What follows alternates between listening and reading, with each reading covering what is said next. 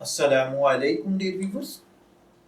हमारा आज का टॉपिक है, क्या मुसलमान लड़का किसी ईसाई लड़की से निकाह कर सकता है या नहीं।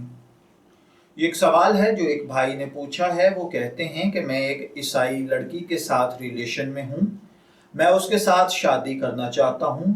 जब वो किसी चीज़ को खाने के लिए ज़िबा करते हैं तो अल्लाह का नाम लेने का कोई एहतमाम नहीं करते। उनका अकीदा ये है कि अल्लाह एक है और ईसा अलैहिस्सलातु वस्सलाम अल्लाह के बेटे हैं।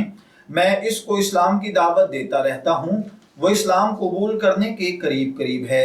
जब भी मैं उसके साथ कोई मजहबी बात करता हूँ तो मुझे बहुत अच्छे तरीके के साथ समझने की कोशिश भी करती है, मगर इसके बावजूद अगर वो इस्लाम कबूल नहीं करती तो क्या मैं उसके मुसलमान होने से पहले उसके साथ निकाह कर सकता हूँ या नहीं।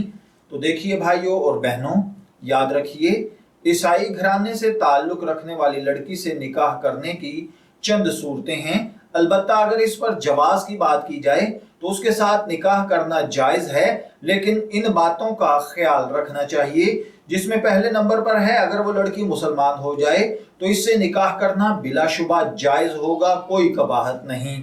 दूसरा, अगर वो लड़की ईसाई यहूदी मजहब की पैरोकार है तो इससे निकाह करना जायज़ है, लेकिन मकरूह है, क्योंकि इनके साथ बूदोबाश की सूरत में अपने या अपने बच्चों के दीन और उनकी इस्लामी रिवायात को बचाना मुश्किल हो जाएगा।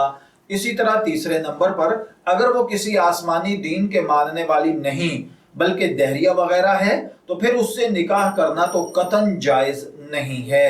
मैं दुआगो हूँ कि अल्लाह ताला हमें इन बातों को समझकर इनके मुताबिक अमल करने की तौफीक अता फरमाए। शब्बीर अहमद को इजाज़त दीजिए, फिर हाजिर होंगे किसी नए टॉपिक के साथ। तब तक के लिए अल्लाह हाफिज़।